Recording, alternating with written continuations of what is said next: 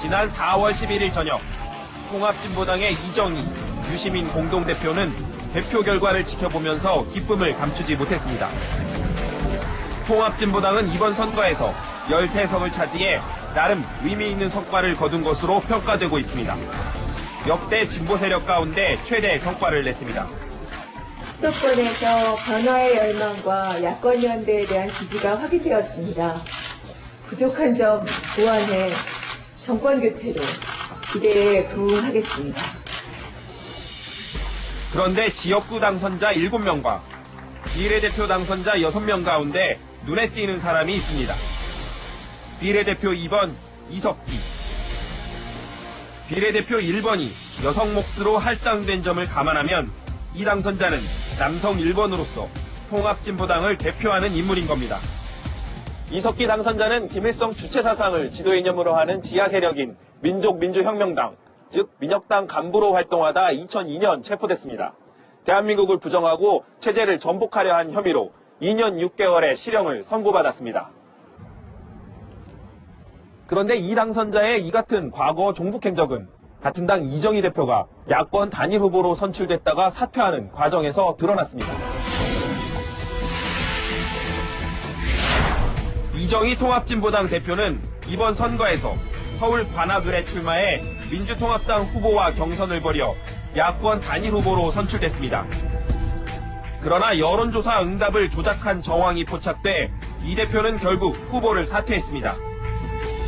어렵게 이루어진 야권연대가 승리하도록 반드시 정권을 교체할 수 있도록 가장 낮고 힘든 자리에서 헌신하겠습니다. 하지만 사건이 드러난 초기 이 대표는 후보 사퇴를 거부하고 재경선을 주장하며 버텼습니다.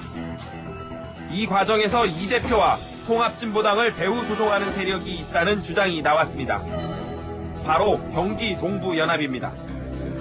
이 대표는 즉각 반발했습니다. 하나도 믿지 않으셔도 좋습니다. 전혀 근거 없습니다. 경기 동부연합은 1991년 27개 제야 민주화 단체가 모여 만든 민주주의 민족통일 전국연합의 하부 지역 조직으로 지금은 해체되고 없습니다. 경기 동부연합이라는 건 경기 동부 지역을 근거로 하는 이제 제야 단체입니다. 그 민주주의 민족통일 전국연합이라고 해서 각 부문에 있는 조직들 그리고 각 지역에 있는 조직들을 이제 전체적으로 하나로 묶어서 12개 지역과 부문 조직을 만들었는데 그 12개 지역 조직 중에 하나가 경기 동부연합인 거죠. 그러나 경기 동부연합에 대한 새로운 주장이 최근 또 나왔습니다. 경기 동부연합이라는 조직은 없지만 핵심 구성원들은 여전히 건재하며 이들은 대부분 과거 대한민국 체제를 부정하고 전복하려 했던 민혁당 세력이라는 겁니다. 약칭해서 민혁당이라는 당이 창당됐었는데 그 산하에 이제 경기남부위원회라는 조직이 있었습니다. 사람들이 그 민혁당은 지하당이기 때문에 그 실체를 알 수 없고 단지 외곽 명칭인 경기동부연합을 이제 줄여서 경기동부 이렇게 불렸던 것이고 당 대표의 진퇴를 결정할 정도로 당권을 쥔 세력이 민혁당과 연계됐다는 주장. 그리고 당의 얼굴인 비례대표 최상위권에 민혁당 간부 출신을 배치한 사실은 연관성이 있어 보입니다. 그렇다면 민혁당 사건은 무엇일까? 1998년 12월 18일 전남 여수 앞바다에서 북한 간첩이 타고 있는 반잠수정 한 척이 우리 해군에 의해 격침됐습니다. 이때 수거한 유류품을 조사한 결과 이 간첩은 국내에서 민혁당 간부와 접선한 뒤 돌아가는 길이었던 것으로 드러났습니다. 이 사건으로 김일성 주체 사상을 신봉하고 북한 체제를 따르는 종북 지하당인 민혁당의 실체가 드러났고 수뇌부 몇 명이 체포됐습니다. 통합진보당 비례대표 2번 이석기 당선자도 이 사건으로 체포된 겁니다. 이 당선자는 1999년 민혁당 실체가 드러난 이후에도 약 3년간 도피 행각을 벌이다 2002년 5월에 검거됐습니다. 이후 2년 6개월의 실형을 선고받았지만 2003년 광복절 특사로 가석방됐습니다.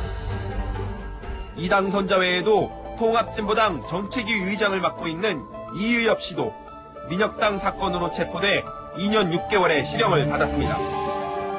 또 서울 관악을에서 이정희 대표 대신 출마해 당선된 이상규 당선자도 수도 남부 지역 사업부를 이끌었던 핵심 지도부였습니다. 울산 북구에 야권 단일 후보로 출마했던 김창현 후보, 통합진보당 산하 정책연구소의 박경순 부소장도 민혁당 영남위원회 사건으로 실형을 선고받은 전력이 있습니다. 이 때문에 통합진보당의 당권을 쥔 세력은 경기 동부연합이라기보다 민혁당 잔존 세력이라는 주장이 힘을 얻고 있습니다. 통합진보당 내 지도부 세력 가운데 그 민혁당과 연루된 사람들이 있나요? 물론 현존하고 있죠. 여전히. 예, 지금 뭐 지역에도 있고 중앙에도 있고 과거 주사파 핵심 활동을 했던 사람들이 현존하고 있죠. 그런 조직 사건으로 발각되지 않은 사례가 더 다수이기 때문에 이미 발견된 일부 사항들은 빙산의 일각일 뿐이고 사실은 다수 종북 세력들이 그렇게 지하주지 형태를 하고 있죠. 그렇다면 이들은 어떻게 대한민국 국회의원을 배출한 공당의 당권을 장악할 수 있었을까? 과거에는 지하조직 운영을 목적으로 했던 종북 주사파 세력이 2000년대 초반부터 적극적으로 민주노동당 장악에 나선 결과라는 것이 전문가들의 설명입니다. 영국 노동당 같은 노동당을 우리나라에서도 만들고 싶다. 그런 꿈을 가지고 시작했는데 나중에 보니까 이 운동권 정파들이 들어오더란 말입니다. 똘똘 뭉쳐 있으니까, 조직이 잘 돼 있으니까 소수임에도 불구하고 당권을 장악하더란 말입니다. 지난 2008년 초 민주노동당은 결국 당이 분열될 위기에 처했습니다. 우리 민주노동당이 뼈를 깎는 혁신을 통해서 국민 속에 믿음직한 진보정당으로 다시 설 수 있느냐 하는 것을 가늠하는 역사적 분기점입니다. 바로 전년도에 치러진 17대 대선에서 참패했고 이미 당내에 포진한 종북 세력에 대해 사회적 비난도 높아졌기 때문입니다. 하지만 당내 종북 세력 척결을 시도했던 심상정 비상대책위원장의 혁신안이 대의원 대회에서 부결되자 심상정, 노회찬 등이 민노당을 떠나 진보신당을 창당했습니다. 그런 세력들이 이제 그런 2001년도로 시작으로 이제 민주노동당 장악하고 특히 2001년도하고 2002년도 사이에 집중적으로 민주노동당을 장악해가는 것입니다. 이렇게 중대한 전략을 한다면 그건 박은태 씨 북과 어떤 식으로든지 이 핵심 감이 분명히 있었다는. 북과 이제 핵심적인 어떤 전략 어떤 공유가 있었다는 걸로. 대한민국에서 자생적으로 태어난 민혁당이 어느 순간부터 북한과 연계됐고 1999년 실체가 드러나고 수뇌부가 검거되자 잔존 세력들이 제야단체로 들어가게 됩니다. 이들은 제야단체 활동을 주도하면서 2000년대 초반부터 다시 민노당을 장악하기 시작했다는 겁니다. 이 과정에서 편법도 동원됐습니다. 조직원들을 대거 특정 지역에 위장 전입시킨 뒤 지구당 위원장 선거를 치르는 방식으로 당 하부 조직부터 장악해 나간 겁니다. 용산 어떤 지구당에 이제 그걸 장악해 들어가는 과정이 이를테면 많은 사람들이 갑자기 이전에 들어와서 한 집에 뭐 20명씩 이제 살면서 그 지구당에 가입을 해서 그 대의원 투표를 하게 되면 지구당을 이제 접수하는 식으로 또 끝나면 다른 데로 이동해서. 이번 선거에서 통합진보당이 민주통합당과 야권 연대를 이뤄낸 뒤 야권 전체를 좌지우지했던 모습이 과거 민노당을 장악해갔던 모습과 비슷하다는 분석도 나옵니다. 정치적 지향이나 이념적 지향이 동일하지 않더라도 거시적 차원에서 동일하면 그 세력들과의 연합전선 방식을 통해서 그 세력들을 점차 이제 그 안에서 주류로 돼가는 방식을 이제 택하게 되는데 그건 중국의 국공업작을 참고를 하시면 돼요. 민노당을 접수한 것처럼 민주통합당도 얼마든지 위협할 수 있다는 얘기입니다. 과거 김일성 주체 사상을 신봉했던 사람들이 이번 선거에서 국회의원이 됐거나 선거에 많은 영향력을 행사하고 있다는 점에 대해 우려를 나타내는 국민들이 많습니다. 잠금 해제팀은 통합진보당 측 해명을 듣기 위해 연락을 취했습니다. 아시겠지만 이제 조중동 인터뷰나 이 부분들은 예. 우선 저희가 사용을 하고 있잖아요. 아, 소감 정도도 힘들다는 말씀이시죠? 예, 진짜 그런 부분 좀 어려울 듯하네요.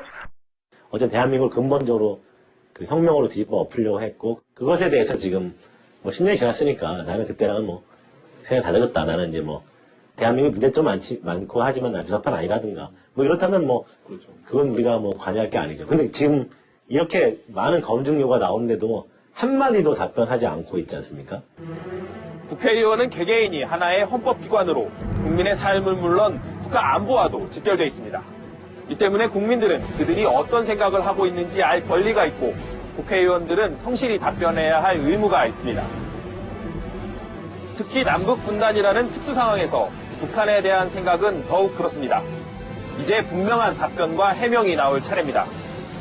또 색깔론이냐라고 지적한다고 해도 당신은 여전히 북한을 추종하고 있습니까? 라고 물어볼 수밖에 없는 이유입니다.